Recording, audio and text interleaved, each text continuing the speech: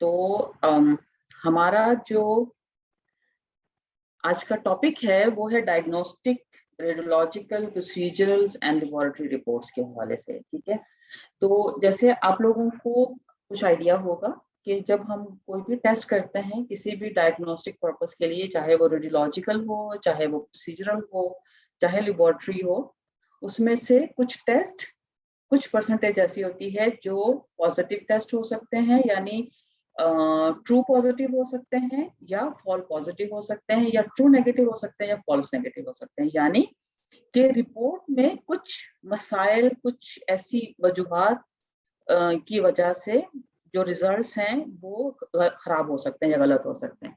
जैसे हम कहते हैं कि कोविड पीसीआर में 65%, अभी रिसेंट वाला मुझे नहीं पता, लेकिन जो प्रीवियसली चल रहा था वो ये था कि 65% ट्रू रिजल्ट्स होते हैं और 35% उसके अंदर एरर चांस है। ठीक है, तो इसलिए कभी कभी रिपीट भी कराए जाते थे और सिम्टम्स के साथ उसको कोरिलेट किया जाता था। इसीलिए हमेशा कहते हैं कि जब भी कोई टेस्ट रिजल्ट्स आपके पास आए तो उसको पेशेंट की जो सिचुएशन है, करंट सिचुएशन है, उसके साथ उसको कोरिलेट जरूर करें। ठीक है, तो इसकी एपिडेमियोलॉजिकली इसकी बाकायदा इसकी परसेंटेज निकाली जाती है, इसको टेस्ट किया जाता है कि हमारे ट्रू रिजल्ट्स कैसे कितने हैं और फॉल्स कितने हैं और हम इसको कैसे बेहतर कर सकते हैं मजीद। ठीक है, तो जो टेस्टिंग, इसको कहते हैं टेस्टिंग सेंसिटिविटी एंड स्पेसिफिसिटी, यानी हम true and false test results किस तरह से निकालते हैं।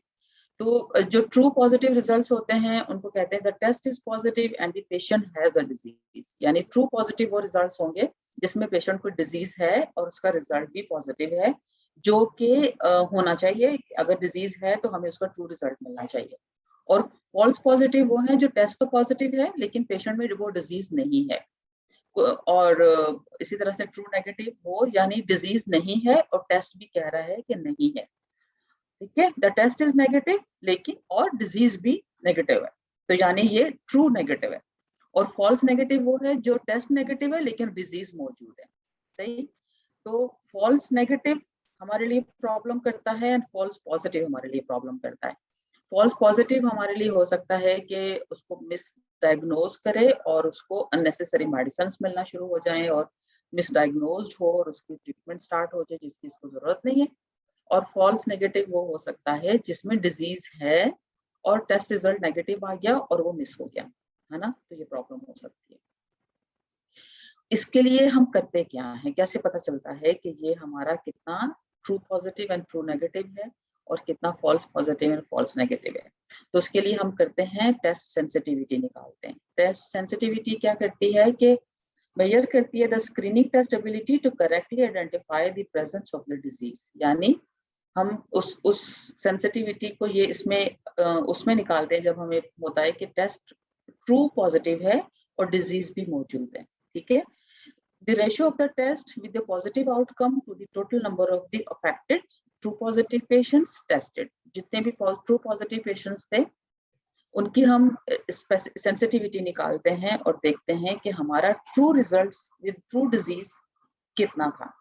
और स्पेसिफिसिटी ये देखते हैं कि पेशेंट का measuring screening test ability to correctly identify the absence of disease, यानी ट्रू नेगेटिव हम इसमें देखते हैं कि ट्रू नेगेटिव है यानी कि उसमें डिजीज भी नहीं थी और रिजल्ट भी नेगेटिव आया, तो वो हम स्पेसिफिसिटी निकालते हैं। तो टेस्ट सेंसिटिविटी वो है जो ट्रू पॉजिटिव है यानी रिजल्ट पॉजिटिव है और डिजीज भी मौजूद है, और स्पेसिफिसिटी वो है कि रिजल्ट भी नेगेटिव है और डिजीज भी नहीं है। ठीक, तो हम उससे पता चल जाते हैं कि हमारा जो true positive and true negative result है वो कितना है, उसकी परसेंटेज क्या है। ठीक, तो लेवल ऑफ सेंसिटिविटी को हम किस तरह से चेक करते हैं, किस तरह से कैलकुलेट करते हैं।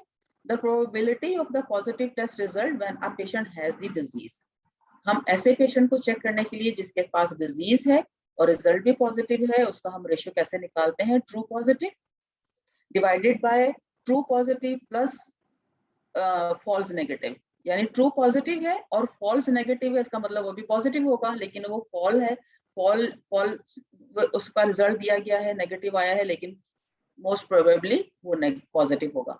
तो आप क्या करते हैं, ट्रू पॉजिटिव को आप डिवाइड करते हैं true positive plus false negative के साथ, तो जो उसकी परसेंटेज आती है वो हमारी सेंसिटिविटी को बताती है। और लेवल ऑफ सेंसिटिविटी या स्पेसिफिसिटी हमारी कितनी होनी चाहिए, तो मोर देन 90% हमारा रिजल्ट पॉजिटिव होना चाहिए। तभी हम कहेंगे कि ये एक ऑथेंटिक लेबोरेटरी है जहां से हम अपने टेस्ट करा के ट्रू रिजल्ट्स ले सकते हैं या ट्रूली हम अपने पेशेंट्स को डायग्नोज कर सकते हैं। ठीक है, तो डिग्री ऑफ स्पेसिफिसिटी कैसे निकालते हैं? The probability of a negative test when a patient does not have the disease, यानी ट्रू नेगेटिव है और नेगेटिव भी उनका है जिसमें डिजीज भी नहीं है। तो उसका रेशियो कैसे निकालते हैं? True negative divided by the true negative plus false positive, और उससे उसका रिजल्ट निकालते हैं। एक जगह और एपिडेमियोलॉजी के लिए भी कहते हैं कि इसका अगर हम देखें कि अगर 1 रिजल्ट आ रहा है तो वो अच्छा नहीं है, और 2 आ रहा है तो बहुत अच्छा है, इसके बिटवीन अगर आ रहा है तो वो भी, यानी 1.5 अगर रिजल्ट आ रहा है तो वो भी अच्छा है। तो 1.5 से लेकर 2 तक a good result. Positive predictive values, तो पॉजिटिव प्रेडिक्टिव वैल्यूज क्या क्या क्या है इसका? कि probability that the patient has the disease when the patient has test is positive. तो हम predictive value, positive predictive value निकालते हैं ratio with the total true positive divided by the true positive plus false positive. ठीक है, तो उससे हम predictive value देखते हैं कि पॉजिटिव प्रेडिक्टिव वैल्यूज कितनी हो सकती हैं।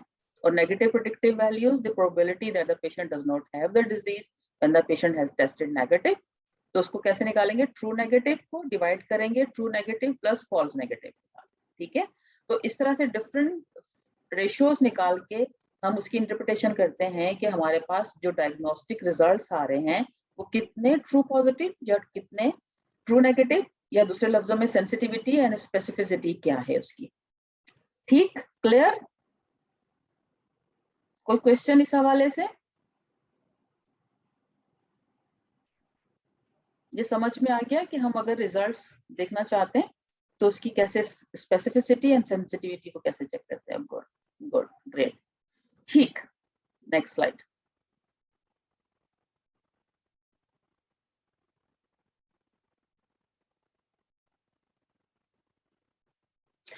उसके बाद एमआरआई या और endoscopic procedures, magnetic resonance imaging MRI may be done with or without contrast material. It uses radio waves and magnetic field to create imaging of the internal structure, providing information about infections that may not be obvious with X-ray, CT scan or ultrasound.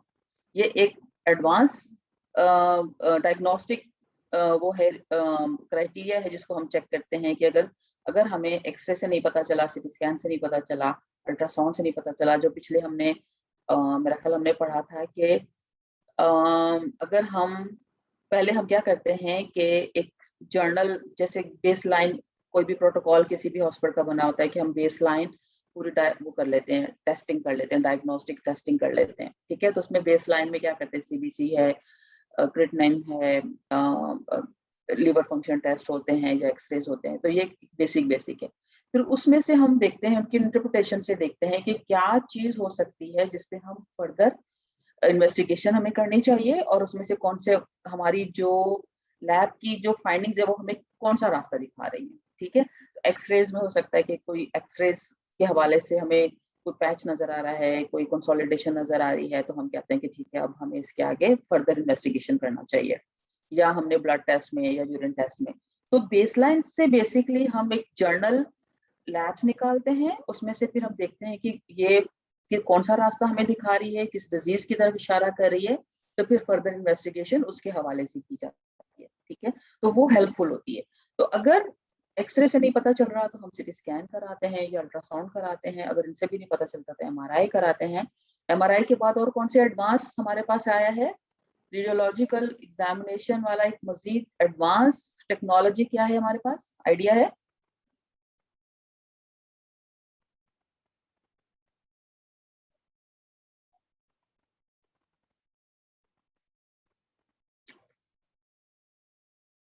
MRI के बाद हमारे पास advance में क्या हुआ? आप लोगों को आवाज नहीं आ रही? ओके, एहसान इलाही की अटेंडेंस नहीं लग रही है। Very good. नहीं पता अहमद अली को आ रही है ma'am. Okay okay, PET scan, ठीक है, जो नया एक मजीद एडवांस एमआरआई से आगे वेरी एक्सपेंसिव एक डायग्नोस्टिक वो है, एक रेडियोलॉजिकल एडवांसमेंट है, और वो है एमआरआई के बाद पेट स्कैन है। और पेट स्कैन मेरा ख्याल है कराची में शायद जियाउद्दीन में लगा हुआ है, और जेपीएमसी में, और लाहौर में मेरा ख्याल है शौकत खानम के पास ये है। ये चेक लाहौर का, मुझे चेक शौकत खानम का आइडिया है कि शायद वहां पर है, इसके अलावा कहाँ है इसका मुझे पता नहीं, लेकिन पेट स्कैन है और शायद कोई 40,000 प्लस इसका वो है, इसकी चार्जेस हैं। लेकिन वो क्या करता है कि वो बहुत ही ज्यादा अच्छा वाला डायग्नोस करके बता देता है कि बॉडी के अंदर और क्या चल रहा है। पेट स्कैन, PET, पेट पेट स्कैन, यस, ठीक है। तो एमआरआई को हम देखते हैं एडवांस के तौर पे कि अगर कोई कोई डिजीज ऐसी है जो हमें बाकी नॉर्मल रेडियोलॉजी उससे नहीं समझ में आ रही, तो हम एमआरआई की तरफ जाते हैं। और दूसरा है endoscopic procedure using a flexible endoscope inserted through the mouth for the oesophagus, stomach and small intestine, या anus for the rectum and colon, vagina for the vagina, cervix and the uterus, और urethra for the urethral bladder and uterus, are used to visualize internal structure such as the lining of the GI tract and the urinary tract. Endoscope are the equipped with a small clipper that allow for biopsies of tissue so that it can be evaluated for the infection or mutation in indicative of the cancer. Endoscope cause the risk of the spreading infection अगर इसकी proper cleaning and disinfection ना करवाई जाए, क्योंकि ये हमारे mucus membrane के contact में आता है, और समटाइम जब बायोप्सीज करते हैं तो ये टिश्यूज तक भी जा सकता है, और अगर इसकी प्रॉपर क्लीनिंग एंड डिसइंफेक्शन नहीं हुई है तो ये बहुत आसानी से एक पेशेंट से दूसरे पेशेंट में इन्फेक्शन स्प्रेड कर सकता है। तो ये भी एक डायग्नोस्टिक प्रोसीजर है एंडोस्कोपिक एंड एमआरआई, जो कि हम जो हमारा स्टमक और स्मॉल इंटेस्टाइन एसोफेगस वाली हम डिजीजेस को देख सकते हैं, या रेक्टम कॉलन की, vaginal, surface, urethra and bladders and uterus. तो ये सारी चीजों को डायग्नोस्टिक पर्पस के लिए यूज किया जाता है, और इसी से मजीद फर्दर इन्वेस्टिगेशन के लिए या हिस्टोपैथोलॉजी के लिए इनकी टिश्यू बायोप्सीज भी ली जाती हैं ताकि फर्दर इन्वेस्टिगेट किया जा सके, ठीक है। इसके अलावा ultrasound and computed tomography, CT scan है, X-ray, ultrasound and CT scan. X-ray are commonly used to detect infection in the lungs. X-ray test raises shows areas of consolidation indicated by the dense areas of the white that are the often indicative of the infection with the purulent material present like pneumonia, especially in those with the cough and fever. ठीक है, तो symptoms अगर हैं कि cough and fever हो रहा है तो हम एक्सरे कराते हैं, जिससे हमें आइडिया हो जाता है कि लंग्स में कोई इश्यू चल रहा है, और अगर हमें फर्दर कुछ इन्वेस्टिगेट करना है तो हम आगे जाते हैं इसके लिए, ठीक है। इसके अलावा अल्ट्रासाउंड है, are specially helpful for the evaluation of the cellulitis, यानी सॉफ्ट टिश्यू इंफेक्शंस के बारे में हमें इससे अंदाजा हो जाता है। Determine if there is a abscess that may not be clinically evident, तो हम ये इन्फेक्शन की डिफरेंट और चीजों को देखने के लिए ultrasound, specially in soft tissues या एब्सेस वगैरह को देखने के लिए कि उसमें क्या हो सकता है, तो हम अल्ट्रासाउंड करते हैं। इसके अलावा सिटी स्कैन है, may be done with the fluoroscopy या कॉन्ट्रास्ट मटेरियल, जो कि शाइन करता है और उससे अंदाजा हो जाता है कि कहाँ पाए खुदा ना खासा कोई अगर कोई ऑब्स्ट्रक्शन है या कोई और वहाँ पे है लाइक सेलुलाइटिस या इस तरह की कोई फॉर्मेशन, तो उसको भी आइडेंटिफाई करता है। such as the iodine dye to evaluate for the infection. CT scan can differentiate between the cellulitis and the formation of the abscess better than a routine X-ray. Chest scan can evaluate the organ and tissue of the chest of infection. Abdominal scan can detect abscess and infection, and urinary tract scan can detect infection in the kidney or bladder. A CT scan can also be used to determine the best interpretation point for the needle into a abscess to affect drainage. ठीक है, तो city guided जो biopsies कराते हैं या drain करते हैं, तो इसमें भी ये सिटी स्कैन हेल्प कर रहा होता है। अल्ट्रासाउंड गाइडेड भी होती है, सिटी स्कैन गाइडेड भी। ठीक है जी, needle aspiration and the tissue biopsies. Needle aspiration, which may be completed with the ultrasound or CT scan guided, that are done to aspirate serous and the pleural material to the relief pressure and for culture and evaluation of the infection. ठीक है, needle aspiration are less invasive than biopsies and may be used with the puncture wound where there is a little surface tissue loss. Multiple samples may need to be aspirated or the needle position change resulting in discomfort for the patients. Definitely उसके लिए एक painful procedure है. Pre-medicating for the pain management is recommended when possible. Fine needle aspiration may be used to biopsy infected area tissues. ठीक है, pain management का इसके अंदर बड़ा अहम रोल है. अगर ये इसको अप्लाई किया जाए बेटर तो पेशेंट को कंफर्ट हम दे सकते हैं. Biopsy of infected tissue may be done under a local anesthetic with a small amount of the tissue excised to be examined microscopically and tested and cultured. Some antiseptic like ethyl alcohol might kill the bacteria and affect resultant cultures. तो इसमें फिर alcohol use नहीं करते क्योंकि जिस biopsy जिस purpose के लिए की जा रही है कि हमें देखना हिस्टोपैथोलॉजी करके कि invasion of the micro organism in tissue कितना ज्यादा है, तो अगर हम वहाँ पे उसको अल्कोहल यूज करेंगे तो वो ऑर्गेनिजम्स को किल कर देता है. Biopsy may be done because visual inspection alone may not always be effective to determining if infection is present. As infection may be present even without classic sign of infection such as the arrhythmia and swelling, तो ऐसी सूरत में भी biopsy से हम मालूम कर लेते हैं कि इन्वेजन कितनी हुई भी है सेल्स के अंदर ऑर्गेनिजम्स की. तो ये एक अच्छा एक क्राइटेरिया है for the diagnosis of the infections in tissues. इसके अलावा कल्चर्स करते हैं to identify the infections in blood और यूरिन और वूंड किसी में भी. और हम क्या करते हैं इसमें क्या आइडेंटिफाई करते हैं, culture in which a sample is grown on a nutrient rich media may be done with the oxygen यानी कि एरोबिक और विदाउट. एंड एरोबिक हमारे पास दो टाइप के हम सैंपल्स कर रहे होते हैं. एरोबिक ऑर्गेनिज्म वो जो ऑक्सीजन में रहते हैं या विदाउट ऑक्सीजन में रहना चाहते हैं. एनारोबिक तो हम दो टाइप का देखते हैं और उसी का मीडिया यूज करते हैं आइसोलेट करने के लिए ऑर्गेनिज्म को एज इंडिकेटेड और ordered by the physician. After the organism is cultured, sensitivity tests are usually completed to determine which infective agent are most successful in treating the particular pathogenic organisms. Once हमारी जब cultures हो जाते हैं और identify हो जाता है कि कौन सा वाला organism है इसके अंदर, तो उसके ऊपर फिर एंटीबायोटिक की सेंसिटिविटी टेस्ट लगाए जाते हैं. ठीक है, और ये देखा जाता है कि कौन सी वाली एंटीबायोटिक किस ऑर्गेनिज्म के अगेंस्ट सेंसिटिव है या रेजिस्टेंट है. अगर सेंसिटिव है तो फिर फिजिशियन के लिए आसानी हो जाती है सेलेक्ट करने के लिए कि कौन सी एंटीबायोटिक इसको दी जा सकती है. तो ड्रग ऑफ चॉइस इससे आइडिया हो जाता है. लेकिन अगर रेजिस्टेंट है तो ये आइडिया हो जाता है कि ये वाली ड्रग उसको नहीं देनी चाहिए जो इसके ऊपर इफेक्ट नहीं करेगी. Gram stain is usually done initially. शुरू में ही फायदेमंद रहता है ग्राम स्टैन करना के उससे पता चल जाता है कि ग्राम पॉजिटिव है ऑर्गेनिज्म या ग्राम नेगेटिव से बिलोंग करता है. उसके हिसाब से इसकी ट्रीटमेंट स्टार्ट कर दी जाती है. And then the culture is checked every 24 hours for the colonisation.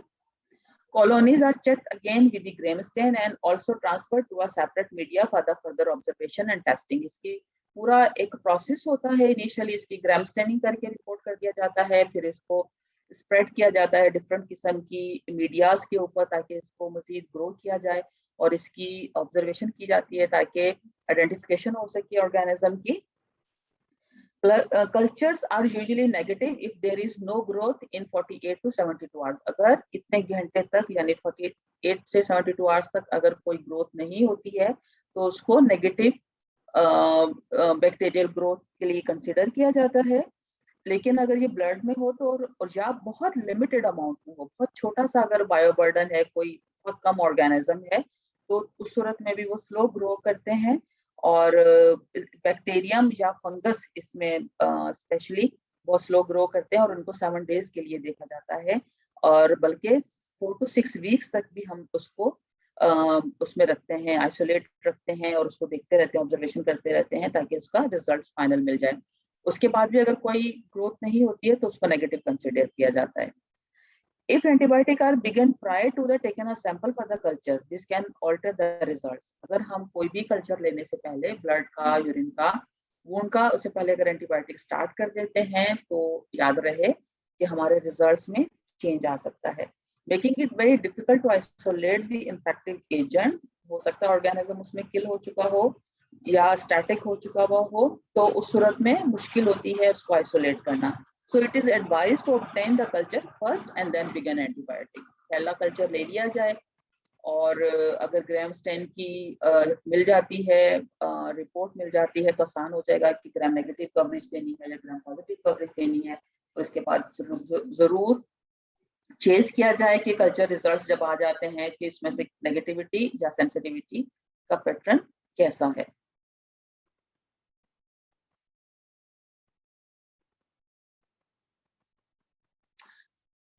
एक सवाल है कि how many days culture report takes. तो डिपेंड कि हमारा जो भी कल्चर लिया गया है उसमें कितना बायोबर्डन का लोड है, जो भी ऑर्गेनिज्म है उसका लोड कितना है उसके हिसाब से. कभी कभी तो 24 आवर्स के बाद ही प्लेट में ग्रोथ आना शुरू हो जाती है और माइक्रोबायोलॉजिस्ट को एक अंदाजा हो जाता है कि कौन सा वाला ऑर्गेनिज्म होगा और वो बता देते हैं. लेकिन सम टाइम उनको 72 आवर्स से लेके 1 week and other than 1 week भी लग सकता है ग्रो करने के लिए. डिपेंड कि बायोबर्डन कितना है. अगर कम है ऑर्गेनिज्म का लोड तो देर से पता चलेगा, ज्यादा है तो जल्दी पता चल जाएगा. और फिर डिपेंड करता है कि मीडिया कौन सा यूज किया गया है, जिस मीडिया पे ग्रो किया जा रहा होता है वो मीडिया कैसा है. और स्पेशली माइक्रोबायोलॉजी वाले ऐसा मीडिया यूज करते हैं जिसपे ऑर्गेनिज्म को ग्रो करने में आसानी हो ताकि उसकी आइडेंटिफिकेशन हो सके. ये देखिए इसी तरह का एक इसके अंदर जो मीडिया, कल्चरल मीडिया यूज किया जाता है ताकि इनको आइडेंटिफाई किया जाए. डिफरेंट टाइप के इसके मीडियाज होते हैं. डिफरेंशियल मीडिया होता है, सेलेक्टिव डिफरेंशियल मीडिया होता है, इनरिचमेंट मीडियम होता है. जो हमारी एगर प्लेट्स हैं, आप लोगों ने कभी अगर माइक्रोबायोलॉजी में गए हों तो वहाँ पे प्लेट्स होती हैं. उस प्लेट्स के ऊपर बाकायदा मीडिया बनाया जाता है. उस मीडिया के ऊपर ऑर्गेनिजम्स को स्प्रेड किया जाता है और उनको उनकी जितनी रिक्वायर्ड टेम्परेचर होता है उस टेम्परेचर में रख के उनको ग्रो करके फिर चेक किया जाता है कि ये वाला कौन सा वाला ऑर्गेनिज्म है और क्या क्या उसकी आइडेंटिफिकेशन है. ठीक है. जैसे स्टेफिलोकोकस ऑरियसिस मैंने आपको पहले भी बताया था कि सबसे ज्यादा इसके अंदर वायलेंस होता है इन्फेक्शन करने के लिए इंसानों के अंदर. तो इसके लिए सिलेक्टिव डिफरेंशियल मीडियम यूज किया जाता है और मीडियम जो इसका जो वेरी हाई इसकी कंसंट्रेशन होती है ताकि उसको पैथोजन को इसके अंदर बेहतर तरीके से आइडेंटिफाई किया जा सके. ठीक है. सेलेक्टिव कल्चर मीडिया में इस components added to it will inhibit or prevent the growth of the certain type of the species of bacteria in the lab. और या इनके अंदर अल्टरनेटिव के तौर पे यूज किया जाता है. It may be promote the growth of the desire species. जो हमें चाहिए होती हैं, जो स्पीशीज को हम देखना चाहते हैं, उनकी ग्रोथ को प्रमोट करने के लिए कुछ सेलेक्टिव कल्चर मीडिया यूज किया जाता है. ठीक है, ताकि उसको हम देख सकें.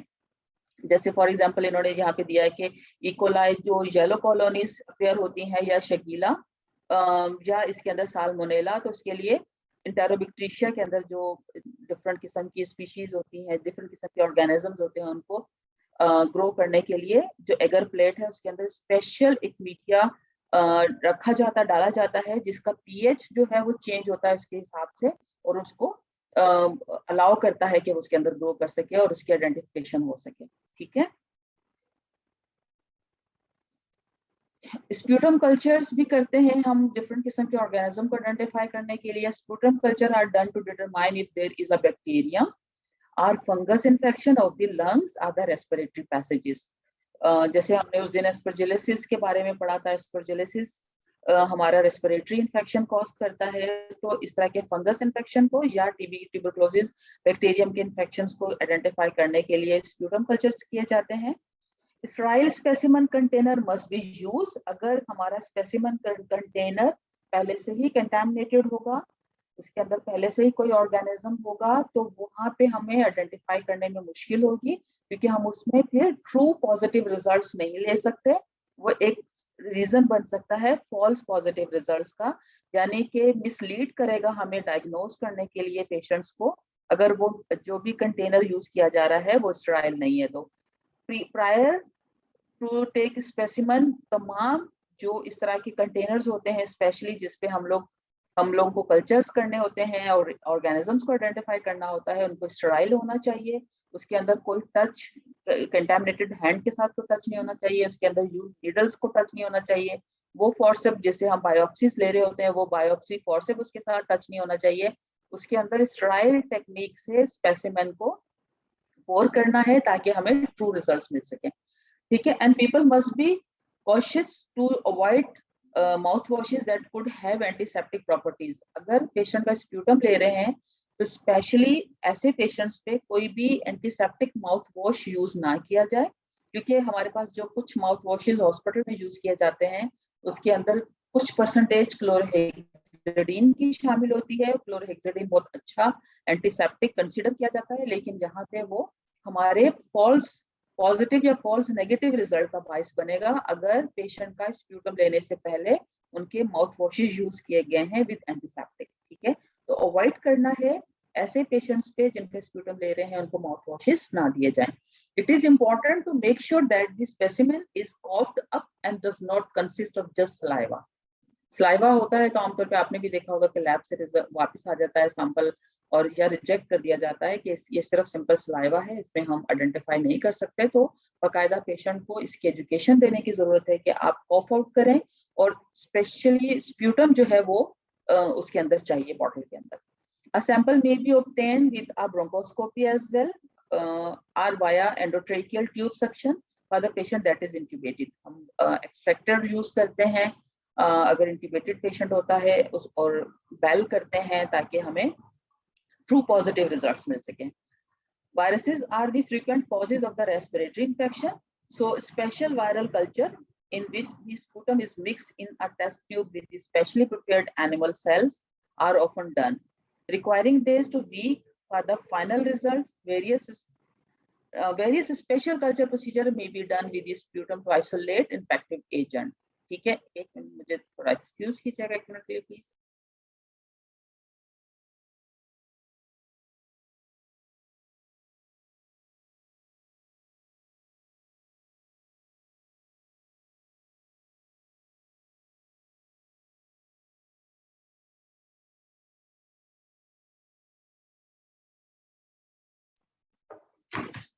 जी, तो हम बात कर रहे थे कि अगर हम वायरल आइसोलेट करना चाहते हैं तो इसके लिए स्पेशल एनिमल सेल्स यूज किए जाते हैं और स्पेशल इसकी जो है वो उनके स्कोप्स होते हैं और डिफरेंट किस्म के प्रोसीजर्स होते हैं जिसपे यूज कर रहे होते हैं। मेरे ख्याल पाकिस्तान में इसकी बहुत कम लिमिटेड इसकी एक्सेस है वायरोलॉजी टेस्ट करने के लिए।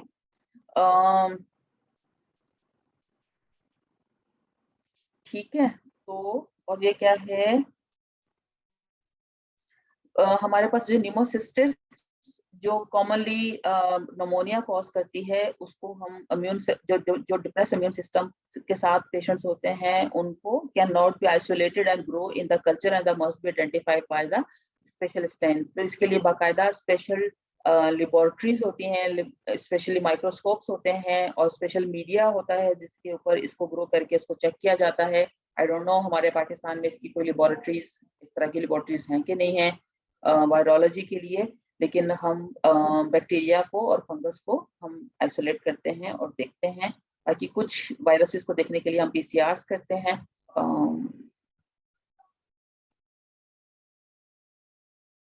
ठीक है जी, इसके बाद है हमारे ब्लड एंड वोन कल्चर। अब तक क्लियर है? आगे बढ़े ना, हम ब्लड कल्चर पे आ जाए।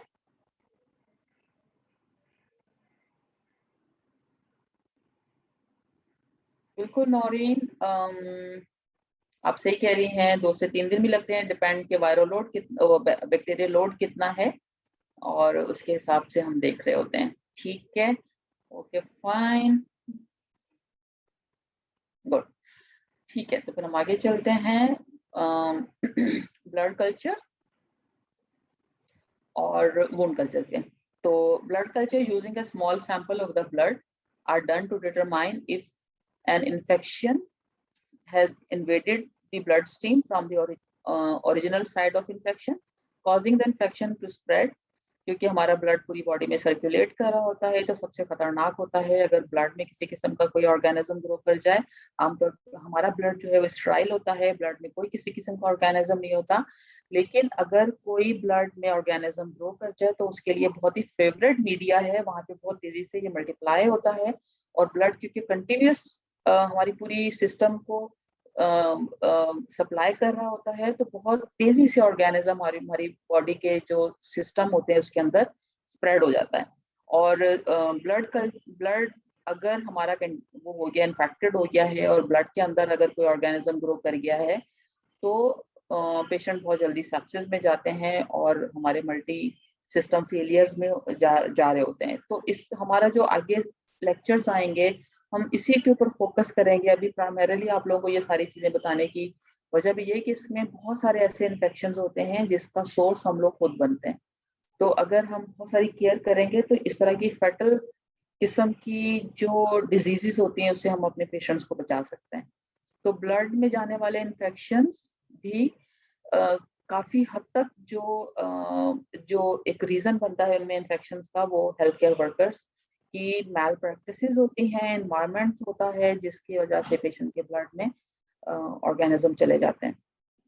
तो बहुत बहुत ही खतरनाक किस्म की सूरत हाल होती है ये। ठीक है, तो खैर हम इसको आगे जाके पढ़ेंगे। अभी तो हम पढ़ रहे हैं कि blood and wound culture. The causing infection, it is also used to determine the type of the bacterium or fungus and sensitivity to anti-infective agents so that the proper treatment can be initiated. तो इसके लिए भी blood cultures इसलिए किए जाते हैं कि देखा जा सके कि आइडेंटिफिकेशन हो सके कि ऑर्गेनिज्म कौन सा है, क्या बैक्टीरिया है, क्या फंगस ग्रो कर रहा है। फिर उसके ऊपर सेंसिटिविटी या रेजिस्टेंस पैटर्न देखा जाता है अगेंस्ट द एंटीबायोटिक या एंटी फंगल, और उसके हिसाब से पेशेंट को ट्रीट किया जाता है ताकि ट्रू पॉजिटिव रिजल्ट से पेशेंट को सही तरह से ट्रीट किया जा सके। In many cases if infection is present, treatment may be started before the culture results and then re-evaluated and the change as necessary when sensitivities are completed. जैसे मैंने पहले भी बताया था कि प्रोफाइलैक्टिकली एंटीबायोटिक स्टार्ट कर दी जाती हैं क्योंकि हम इसमें इतना रिस्क नहीं ले सकते कि हम कल्चर का रिजल्ट का वेट करें और उसके हिसाब से ट्रीटमेंट स्टार्ट करें, क्योंकि कल्चर रिजल्ट आमतौर पे 3 से 4 दिन से लेके हफ्तों के बाद आते हैं। तो इनिशिएट कर दिया जाता है एंटीबायोटिक को जो बाहर सिम्टम्स होते हैं उसको देखते हुए क्लिनिकली असेसमेंट के तौर पे, और उनकी उसके बाद उसके रिजल्ट्स के हिसाब से उसको चेंज करते हैं। ठीक है, it is important that the skin be carefully clean so that the sample is not contaminated by the microbe on the surface of the skin. हमने पढ़ा था कि हमारी अपनी बॉडी के ऊपर, हमारी बॉडी के अंदर हर तरफ ऑर्गेनिज्म मौजूद हैं। अगर हमने ब्लड कल्चर लेते वक्त या वूंड कल्चर आगे पढ़ेंगे, ब्लड कल्चर की बात करते हैं। ब्लड कल्चर लेते वक्त अगर स्किन को प्रॉपरली डिकंटामिनेट नहीं किया एक अच्छी इफेक्टिव एंटीसेप्टिक के साथ, तो स्किन का फ्लोरा भी ब्लड में जा सकता है और फॉल पॉजिटिव रिजल्ट्स आ सकते हैं। ठीक है, तो एक फॉल पॉजिटिव रिजल्ट्स ये हो सकता है कि हमने कोई कंटेमिनेशन अगर कंटेनर में मौजूद है उससे भी फॉल्स पॉजिटिव रिजल्ट्स आ सकता है, और अगर हमने स्किन को प्रॉपरली डिकंटेमिनेट नहीं किया विद गुड एंटीसेप्टिक तो भी हमारी स्किन का फ्लोरा उसमें जा सकता है और फॉल्स पॉजिटिव रिजल्ट्स आ सकते हैं। ठीक है, कुछ जगहों पे मैंने ये प्रैक्टिसेस देखी है कि एक बड़ा सा स्टील का डब्बा होता है, उसके अंदर कॉटन पड़ी हुई होती है और उसके अंदर उसको पानी से भी गीला कर दिया जाता है। तो वो कभी भी स्किन की उस एरिया को डिसइंफेक्ट नहीं करता जहाँ से हमें कल्चर्स लेना होता है। इवन कि अगर हम कैनुला इंसर्ट कर रहे हैं या हम कोई भी नॉर्मल ब्लड भी ले रहे हैं तो भी हम ब्लड के अंदर इंट्रोड्यूस कर सकते हैं उस स्किन के फ्लोरास को, और वो पैथोजन बन सकता है वंस अगर हमारे ब्लड के अंदर एंटर हो गया और पेशेंट जो है हमारा इम्यूनो कॉम्प्रोमाइज हुआ तो इसलिए स्किन की decontamination before inserting any type of needles is very very very very important. तो याद रहे आप लोगों की जो स्ट्रगल है वो इसलिए होगी कि वहाँ पे जो भी अल्कोहल स्वैब्स या क्लोरोहेक्सिडीन प्लस अल्कोहल स्वैब जो है वो यूज किए जाएं। और हमेशा याद रखें कि अल्कोहल जो है वो बहुत अच्छा डिसइंफेक्टेंट है फॉर द स्किन, और ये 99.9% जो ऑर्गेनिज्म है उसको तेजी से किल करता है। और लेकिन इसका एक नुकसान है कि ये तेजी से एवापोरेट हो जाता है, तो स्किन दोबारा से कंटामिनेट हो सकती है विद डिफरेंट ऑर्गेनिज्म। तो इसका जो कॉम्बिनेशन यूज किया जाता है विद क्लोरोहेक्सिडीन, और सिर्फ क्लोरोहेक्सिडीन भी कुछ ऑर्गेनिजम्स पे अच्छा इफेक्ट करता है, कुछ पे नहीं करता, इसलिए इसका बहुत ही आइडियल कॉम्बिनेशन है विद अल्कोहल। क्लोरोहेक्सिडीन प्लस अल्कोहल, इसका कॉम्बिनेशन बहुत इफेक्टिव है विद द स्किन डीकंटामिनेशन के लिए। ठीक है,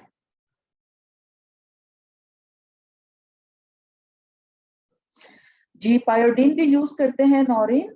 एक्चुअली पायोडीन के ऊपर भी स्टडीज हुई और क्लोरोहेक्सिडीन पे भी स्टडीज हुई हैं। तो क्लोरोहेक्सिडीन प्लस अल्कोहल बहुत अच्छा डिसइंफेक्टेंट है और बहुत देर तक स्किन को डिकंटामिनेट रखता है। पायोडीन का नंबर इसके बाद आता है, इसलिए जो रिकमेंडेशंस आती हैं वो क्लोरोहेक्सिडीन प्लस अल्कोहल की आती हैं, लेकिन मुझे पता है पायोडीन को ज्यादा पसंद किया जाता है। पायोडीन भी अच्छा एंटीसेप्टिक है, लेकिन इसके तरीक़ेकार हैं। यानी इसको जो कांटेक्ट टाइम है, हम आगे जाके भी पढ़ेंगे कि कांटेक्ट टाइम का बहुत बहुत ज्यादा रोल है हमारी इन्फेक्शन कंट्रोल के अंदर। अगर हमने स्किन को पायोडीन के साथ पेंट किया है और उसको ड्राई टाइम नहीं दिया, ड्राई टाइम एक्चुअली उसका कांटेक्ट टाइम है जितनी देर में वो जरासीम के ऊपर लग के जरासीम को किल करेगा या स्टैटिक करेगा। ठीक है, इसको इस तरह से समझ लें कि अगर हम कोई भी मेडिसिन खाते हैं तो उस मेडिसिन खाने के बाद का एक टाइम होता है, उसके बाद हमारे जो हेल्थ है उसमें मतलब बेहतर होनी शुरू होती है। लाइक अगर हमारे सर में दर्द है, हम पैनाडोल खाते हैं, तो ऐसा हरगिज नहीं होता है कि पैनाडोल खाते ही हमें फौरन आराम आ जाए, ऐसा नहीं होता ना। हमें आधा घंटा चाहिए होता है कि दवाई अपना असर करे और तब हमारे सर में दर्द सही होना शुरू होता है। जैसे वो वाला कॉन्टैक्ट टाइम है वो हमें चाहिए होता है। इसी तरह से ऑर्गेनिजम्स को भी किल करने के लिए कॉन्टैक्ट टाइम चाहिए होता है। तो पायोडीन अगर स्किन पे पेंट की गई है तो उसको उसका ड्राई टाइम देना जरूरी है, जो कि आमतौर पे कहते हैं कि 1 मिनट तक होता है। तो 1 मिनट तक उसको ड्राई टाइम देना जरूरी है। अगर वेट वेट पे आपने अपना कोई भी प्रोसीजर कर लिया तो कोई फायदा नहीं है पायोडीन, आयोडीन, क्लोरोहेक्सिडीन, कुछ भी अल्कोहल कुछ भी लगाने का। तो बेस्ट बेस्ट है कि उसको कांटेक्ट टाइम दिया जाए ताकि ऑर्गेनिजम्स को किल किया जा सके। क्या कह रहे हैं Saima? Chlorhexidine and povidone are same effect. Povidone 2 पे आता है, क्लोरोहेक्सिडीन विद अल्कोहल नंबर 1 पर आता है।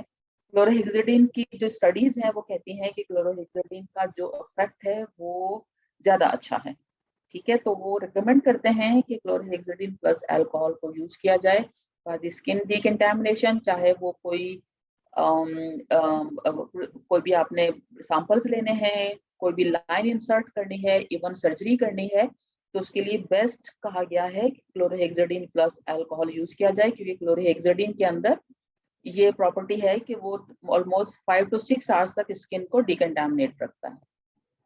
पायोडीन इसके बाद आता है, लेकिन हमारे हॉस्पिटल्स में पायोडीन को ज्यादा पसंद किया जाता है, इसलिए पायोडीन डॉक्टर की पसंद है। ठीक है, चलें जी, नेक्स्ट आ गया हमारा wound swab culture. Okay right, तो अब हम बात करते हैं वोंड स्वैब कल्चर की। Wound swab culture are done by the taking swab of wound exuded from the infected tissues. The swab technique usually result is the smallest sample size so the infective agent may not grow in the culture. It is also easy to contaminate the specimen with the normal bacteria जो skin का flora होता है और foreign material in the case of the dirty wound. हमेशा wound cultures कभी भी clean किए बगैर नहीं लेना चाहिए। यानी अगर स्किन के ऊपर कोई वुंड बना हुआ है और पस नजर आ रही है तो ऊपर से ही अगर आप स्वैब ले लेंगे या ऊपर से ही उसकी पस को वो कर लेंगे, आप क्या कहते हैं सिरिंज से ले लेंगे, तो वहां पे जरूर ऑर्गेनिज्म आएंगे और वो फॉल्स पॉजिटिव रिजल्ट भी हो सकता है। ठीक है, इसलिए हमेशा वुंड को नॉर्मल सेलाइन से वॉश करना चाहिए। इसके लिए स्टेराइल गॉज यूज करने चाहिए, उसकी रिंजिंग होनी चाहिए। इसके ऊपर वोंड के ऊपर कभी भी पायोडीन, आयोडीन, क्लोरोहेक्सिडीन, अल्कोहल या किसी किस्म का एंटीसेप्टिक जो इंटैक्ट स्किन के लिए यूज किया जाता है वो वोंड पे यूज नहीं करना चाहिए। हमारे हॉस्पिटल्स में आमतौर पे लोग वूंड को पायोडीन से साफ करते हैं। पायोडीन जो है या कोई भी एंटीसेप्टिक जो है वो डिजाइन किया गया है फॉर द इंटैक्ट स्किन, ठीक है, वुंडेड स्किन के लिए नहीं है। तो इनका जो इफेक्ट होता है वो वुंडेड स्किन पे उल्टा पड़ता है, यानी स्किन की जो निक्रोसिस, वो जो टिश्यूज की निक्रोसिस शुरू होती है और जो टिश्यूज होते हैं उसका हीलिंग प्रोसेस स्लो हो जाता है।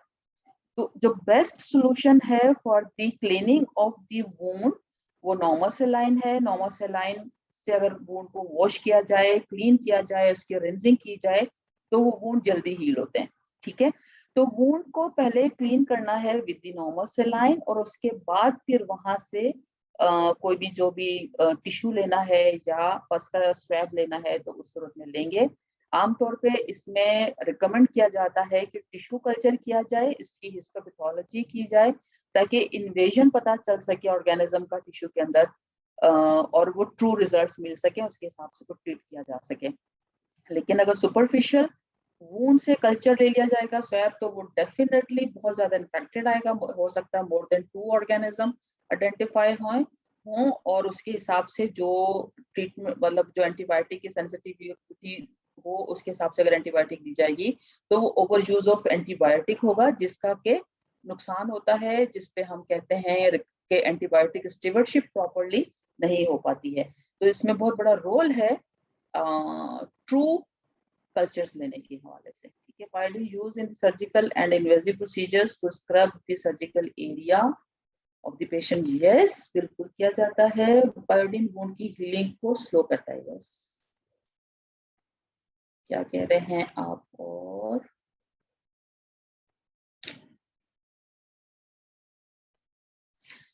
बिल्कुल नॉरिन पायोडीन यूज होते हैं, ठीक है ठीक है ठीक है ठीक है ठीक है ठीक है मैम। कहीं तो अल्कोहल भी नहीं मिलता, इस सिचुएशन में नर्स क्या करे? इस सिचुएशन में नर्स शोर डाले, रोला डाले, आपको पढ़ाया इसीलिए जा रहा है क्योंकि नॉलेज इंपावर्ड करती है और उसके लिए आप अपने पेशेंट के लिए, अपने पेशेंट के राइट्स के लिए जरूर फाइट करें। ये वेरी इंपॉर्टेंट। मैं एक आपको इससे एक मुझे याद आ गया कि हम लोग एक बलूचिस्तान गए हुए थे ट्रेनिंग के लिए और वहाँ पे हमें एक डॉक्टर्स की टीम थी, वो उनके साथ हमारी एक बड़ा अच्छा लंबा लॉन्ग डिस्कशन रहा। तो वो लोग बड़े एक उसमें शौक से बता रहे थे बड़ा प्राउडली कि वो लोग एक पूरी एक यूनियन बनाई हुई है यंग डॉक्टर्स की और वो लोग फाइट कर रहे होते हैं फॉर देयर राइट्स और वो लोग सड़कों पे बैठते हैं, ब्लॉक करते हैं, मीटिंग्स करते हैं, ये और वो करते हैं। तो मैंने कहा कि आप लोग ये सारी चीजें किस लिए कर रहे होते हैं? कहते हैं हम अपने राइट्स के लिए करते हैं। तो मैंने कहा आप लोगों ने कभी पेशेंट के राइट्स के लिए किया? क्योंकि जो हमारे गवर्नमेंट के हॉस्पिटल्स हैं, इवन प्राइवेट हॉस्पिटल्स में भी कुछ ऐसे हॉस्पिटल्स हैं जो सिर्फ मनी जनरेटिंग इंस्टीट्यूट्स बने हुए हैं। तो क्या कभी आप लोगों ने पेशेंट राइट्स के लिए काम किया? कभी आपने धरना दिया कि हमारे मरीजों के लिए दवाइयाँ नहीं है, हमारे मरीजों के लिए इन्वायरमेंट साफ नहीं है, हमारे मरीजों को बेडशीट साफ नहीं मिलती हैं, हमारे पेशेंट्स को जो है वो जो डायग्नोस्टिक जो सारी चीजें हैं उसका क्राइटेरिया ठीक नहीं है, या हमारे पास पेशेंट को देखने का जो है वो एरिया साफ नहीं है, या अल्कोहल अवेलेबल नहीं है, या स्पिरिट भी नहीं मिलता है? क्या आप लोगों ने कभी पेशेंट के राइट्स के लिए किया? तो उन्होंने सोचा ही नहीं था कभी ऐसा कैसा भी हो सकता है ना। तो हमें अपने पेशेंट के मतलब हम अपने राइट्स के लिए तो हमेशा चीख रहे होते हैं, जबकि हमें अच्छी सैलरी भी मिल रही होती है, बाकी बेनिफिट्स भी मिल रहे होते हैं, लाइफ वो हेल्थ इंश्योरेंस भी मिल रही होती है, रिटायर होने के बाद पेंशन भी मिलेगी। लेकिन वो मरीज जो आया हमारे पास जिसकी वजह से हमें सैलरीज मिल रही हैं, ये सारे बेनिफिट्स मिल रहे हैं, फोकस तो हमारा पेशेंट है ना। ये सारी अभी जो पढ़ रहे हैं, ये वाली जो अपॉर्चुनिटी आपको मिली है ये भी तो इसीलिए है कि पेशेंट की केयर करनी है। लेकिन हम क्या करते हैं? अपने लिए डिग्री लेते हैं, अपने लिए एक सर्टिफिकेट्स लेते हैं, लेकिन हम अपने पेशेंट के राइट्स के लिए कुछ नहीं करते। देखिए राबिया, स्ट्रगल तो अनथक होती है। स्ट्रगल में पहले सबसे पहले ये किया जाता है, चुप करा दिया जाता है। चुप क्यों करवाया जाता है? क्योंकि कोई नहीं चाहता कि उन बेचारे मजलूम उन लोगों के लिए बात की जाए जिनकी जिनकी वजह से हम अपना रिस्क रोजी कमा रहे हैं, जिनके लिए अ, हम ये सारा काम कर रहे होते हैं, ठीक है। तो बोलना चाहिए यार, मेरा ख्याल है बोलना चाहिए। क्या होगा, एक दफा चुप करा दे, क्या कहेंगे, चुप कर जाओ, है ना, उसके बाद क्या कहेंगे, दोबारा कहेंगे चुप कर जाओ। लेकिन एक कहीं ना कहीं स्टिमुलेशन जरूर आएगी कि ये वाकई सही बात है, ये होना चाहिए। यार अपने कभी तो आवाज उठा के देखें, हम लोग भी, तो मेरा ख्याल हम लोग उठाते हैं आवाज और हमें बहुत बुरा कहा जाता है, लेकिन अल्लाह क्या कहता है ये देखना चाहिए कि अल्लाह हमारे बारे में क्या सोचेगा या अल्लाह हमारे लिए क्या कहेगा। तो बिल्कुल बात करना चाहिए, खड़े जरूर हो यार, एक दफा बात जरूर करें। वो हजरत इब्राहिम अलैहिस्सलाम का है ना, वो एक के उनको आग में जब डाला गया तो एक चिड़िया जो थी वो अपने चोंच में पानी डालकर उस आग को बुझा रही थी। तो कुछ लोग हंसे, उन्होंने कहा कि ये क्या कर रही है, इतनी बड़ी आग है जो आसमान, शोले जो है इसके आसमान को छू रहे हैं, तो ये चिड़िया अपनी चोंच में एक ड्रॉप लेकर जाती है और जाके उसको आग पे डालती है, इस पे असर क्या पड़ेगा। तो किसी ने पूछा चिड़िया से कि आप ये क्या कर रही हैं, उसने कहा कि मैं अपना हक अदा कर रही हूँ, जो मैं कर सकती हूँ मैं वो कर रही हूँ, कि क़यामत के दिन जब अल्लाह मुझसे पूछेगा तुमने क्या किया, तो मैं कहूंगी कि मैंने अपनी कोशिश की। तो बिल्कुल आपको अपनी कोशिश करनी है। तंजीला अगर जो बोलते हैं ना वही कुछ कर पाते हैं। अगर आप हक के लिए बोलते हैं तो एक दिन आपकी सुनी जरूर जाएगी, आप बिलीव करें या ना करें। अगर आप एक दिन जाके कहते हैं कि हमारे पास हमारे मरीज के लिए पानी वाले सिरप्स हैं और हमें इसके अंदर स्पिरिट डालना है, हम नहीं कहते अल्कोहल ले लें, हम नहीं कहते बहुत, आप रॉ एक स्पिरिट उनसे कहें कि मैं स्पिरिट के अंदर पानी शामिल नहीं करूंगी, मैं प्योर स्पिरिट इसके अंदर डाल के अपने मरीज को लगाऊंगी, तो एक बार बोलेंगे, दो बार बोलेंगे, तीसरी बार जरूर आपकी बात सुनी जाएगी, जरूर बात सुनी जाएगी।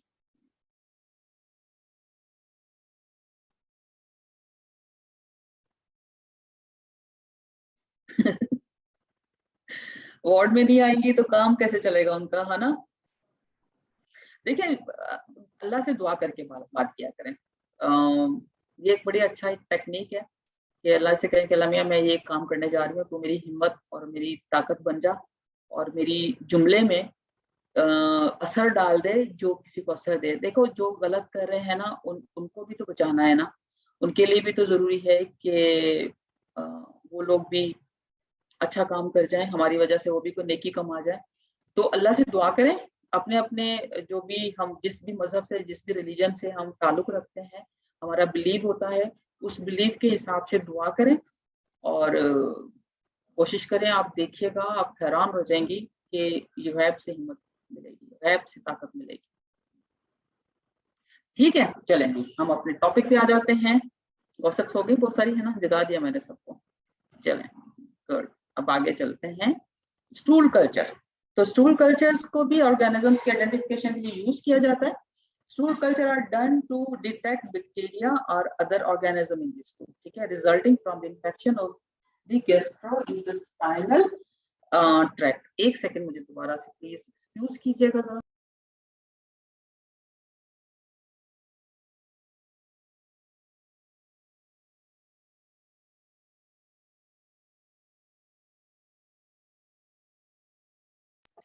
सॉरी। Okay right. तो हम क्या करते हैं, गैस्ट्रोइंटेस्टाइनल ट्रैक्ट में और इन्फेक्शन को डिटेक्ट करने के लिए स्टूल कल्चर्स किए जाते हैं। Stool sample R be collected in a sterile container. Again हमें स्टेराइल कंटेनर चाहिए होगा, and must not be contaminated by the toilet water or other material, ठीक है, such as urine। तो इसको किसी भी नॉर्मल वाटर से वॉश नहीं करना, हमें स्टेराइल कंटेनर चाहिए, उसके अंदर यूरिन नहीं होना चाहिए, प्योरली सिर्फ स्टूल होना चाहिए। Therefore stool can not be retrieved from the toilet. Toilet से भी स्टूल को रिट्रीव नहीं करना चाहिए, ठीक है। Stool specimen are often obtain on 3 separate days. Most intestinal infection are the result of the bacteria, but fungi and viruses may be implicated. Stool culture are important to diagnose Shigella, Salmonella, Campylobacter, Yersinia, and Clostridium difficile. Clostridium difficile may result from the treatment with these certain antibiotics. ठीक है, तो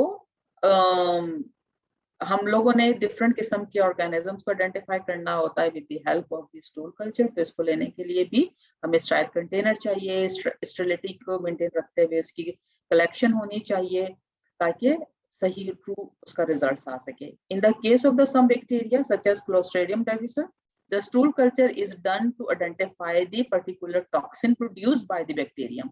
क्योंकि कुछ organism जो होते हैं वो खुद नुकसान पहुंचाते हैं और कुछ जो है वो अपनी टॉक्सिसिटी रिलीज करके टॉक्सिन के थ्रू भी नुकसान पहुंचा रहे होते हैं बॉडी को, और कभी कभी ये डिस्टेंस इन्फेक्शन भी करते हैं। डिस्टेंस इन्फेक्शन का मतलब ये खुद तो एक जगह पे रहते हैं और लेकिन उनकी जो टॉक्सिन है वो रिलीज होती है और वो ट्रेवल करती है और जाके वो डिफरेंट जगहों पे इन्फेक्शन कॉज कर रही होती है। तो इसको आइडेंटिफाई करने के लिए भी हम क्लोस्ट्रिडियम डिफिसिल को स्पेशली इसके लिए टेस्ट करते हैं।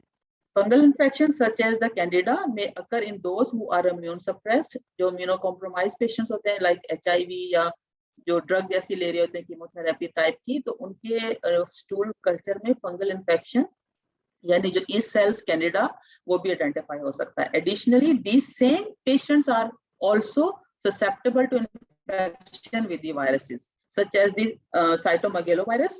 So fungal and viral culture must be done. अगर फैसिलिटी मौजूद है तो स्टूल कल्चर में वायरसेस को भी डिटेक्ट किया जा सकता है एंड फंगस को भी डिटेक्ट किया जा सकता है ताकि उसके हिसाब से उसको ट्रीटमेंट दी जा सके। ठीक है।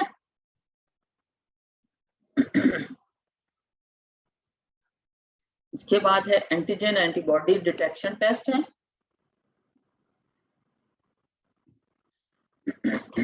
Antigen are protein of a virus or bacteria, while antibodies are the compound that develop in response to antigen.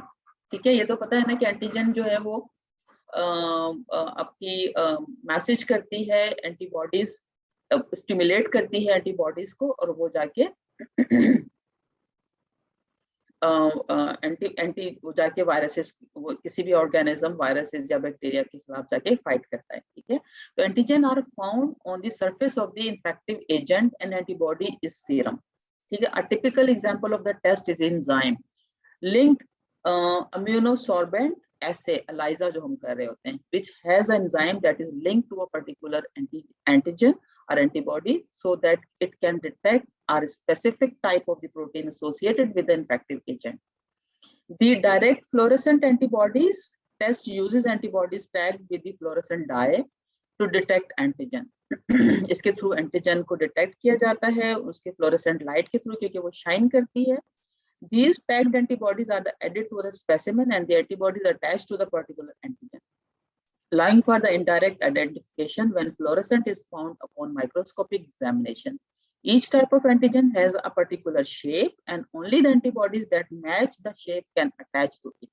ठीक है, उसके अंदर उसकी इस तरह से जो रिसेप्टर्स हैं वो बने हुए होते हैं जिसके साथ वो जाके अटैच होती है और वो उससे उसकी आइडेंटिफिकेशन होती है कि कौन सी क्या एंटीजन है या एंटीबॉडीज जो है इसकी अटैचमेंट किसके साथ हो रही है, causing the fluorescent reaction and the indication that infection is present. However, some antigen have similar structure and antibodies may attach to the wrong antigen, giving a false positive. इसके साथ भी ये मसला होता है क्योंकि इसके जो रिसेप्टर्स होते हैं उसकी शेप सिमिलर होती है और वो क्या करते हैं कि उसकी रॉन्गली वो आइडेंटिफाई करके वो समझता है कि ये उसकी एंटीबॉडीज और एंटीजन है उसी की है, तो वो जाके उसके साथ अटैच हो जाता है और वो जो रिजल्ट्स आते हैं वो फॉल्स पॉजिटिव होते हैं। तो यानी कि विद इन सेल्स के भी हमारे पास ऐसी फॉल्स पॉजिटिव आने के चांसेस मौजूद हैं। उसके बाद आ जाती है हमारा यूरिन डीआर जो हम कर रहे होते हैं, उसकी इंटरप्रिटेशन किस तरह से होती है, हमने किस तरह से हम डायग्नोज करते हैं यूरिन डीआर से ताकि फर्दर इन्वेस्टिगेशन के लिए पेशेंट को डायरेक्ट किया जा सके और ट्रू उसकी डायग्नोज की जा सके ताकि उसको ट्रीट किया जा सके। ठीक है,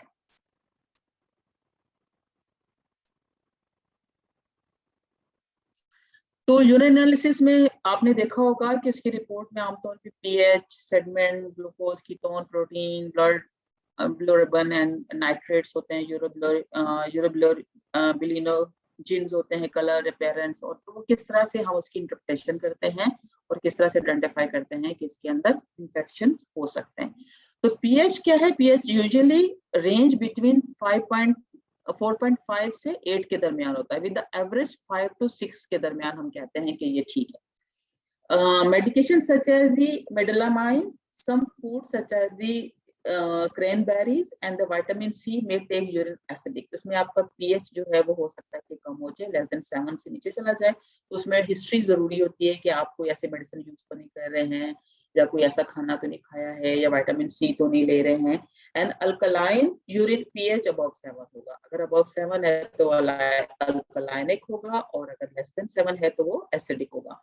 अगर विद दी बैक्टीरियूरिया, जो आपका अगर अल्कलाइनिक यूरिन है, पीएच उसका अबव 7 है, तो हो सकता है कि ये बैक्टीरियूरिया है, यूरिन में बैक्टीरियल इन्फेक्शन है, यूरिनरी ट्रैक्ट इन्फेक्शन है, as well as kidney and respiratory disease. तो आपको दो तीन चीजों की आइडेंटिफिकेशन हो जाती है पीएच अगर आप उसकी रिपोर्ट देखें तो अगर आपका अबव 7 है तो आपको अंदाजा होगा कि ये बैक्टीरिया हो सकता है, यानी बैक्टीरिया इन यूरिन हो सकता है, यूटीआई है, या किडनी या रेस्पिरेटरी कोई डिजीज है। तो आपको एक अच्छी डायरेक्शन मिल जाती है कि आप इस पे फर्दर इन्वेस्टिगेशन कर सकते हैं। Sediment is examined microscopically.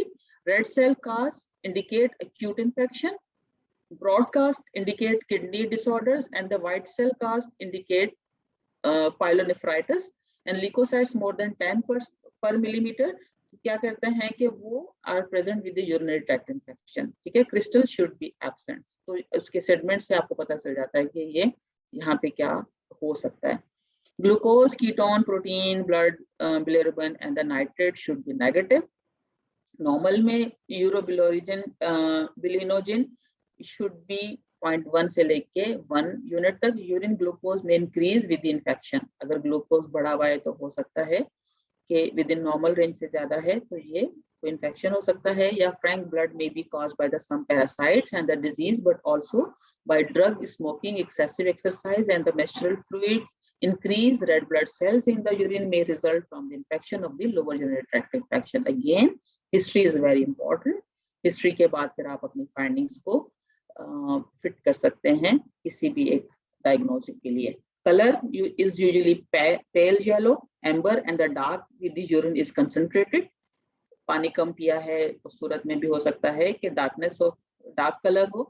But some food, beats, medication, stress, exercise or excessive fluid intake may affect color. कभी देखा बिल्कुल white, transparent white, तो ऐसे लोग ये उनका होता है जो बहुत ज्यादा पानी पी रहे होते हैं.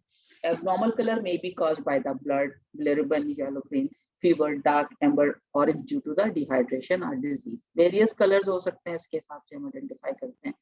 ठीक है, appearance should be clear but may be slightly cloudy. While cloudy urine may indicate infection with the pus or blood. Sorry, it can also be related to the food, vaginal contamination, or the degree of the hydration. Odor should be slight, but food such as asparagines or the medication such as estrogen may be affect odor, जिसकी smell में कुछ change कर सकती हैं, drugs भी और कुछ foods भी. Bacteria may give urine a foul smell depending upon the organism. जिस तरह का ऑर्गेनिज्म उस तरह की उसके हिसाब से भी इसकी स्मेल में चेंज आ सकता है.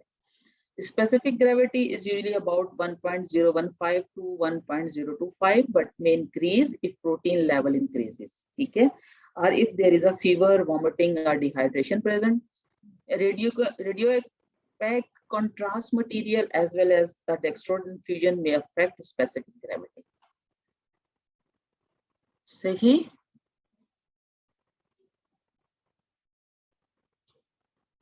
एक मिनट एक्सक्यूज कीजिएगा मुझे, एक सेकेंड. एक्चुअली मैं इस वक्त मेरे पास है जो 7 बज रहे हैं, 2 मिनट मुझे.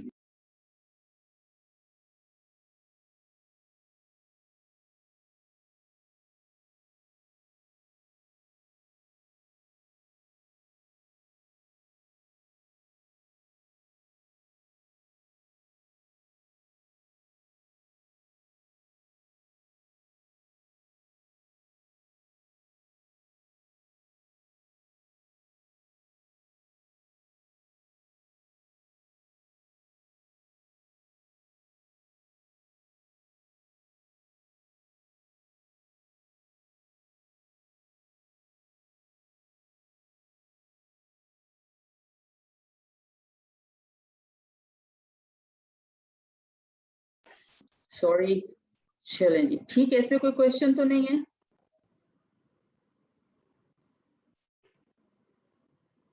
Any question? एक सेकेंड में आप लोगों का चैट बॉक्स खोल लूं। टी ब्रेक क्यों भी? अच्छा नो, एक कह रहा चाहिए, एक कह रहा नहीं चाहिए। यस होनी चाहिए, लेकिन आप लोग पहले वो हो जाएं। अच्छा सवाल ऊपर क्या है? आई थिंक एस्परेगस क्या है? ये एक ग्रीन कलर की वेजिटेबल है, जिस तरह से ग्रीन अनियंस होते हैं, इस तरह का कुछ एक वेजिटेबल है जो जो लोग, यहाँ तो मैंने नहीं देखा कहीं पाकिस्तान में, लेकिन हो सकता है कहीं पे हो। Yes, asparagus is one of the vegetable. और अनियन जैसे ग्रीन अनियंस होते हैं, इस तरह से लंबी लंबी उसकी ग्रीन कलर का एक वो है, स्टिक सी टाइप की होती है। आप लोग इसको गूगल करके भी देख सकते हैं इसकी पिक्चर। ठीक है, तो हम क्या करते हैं? No ma'am, no ma'am, no ma'am. Tea break? Tea break चाहिए? मेरा ख्याल है टी ब्रेक चाहिए, मुझे भी चाहिए।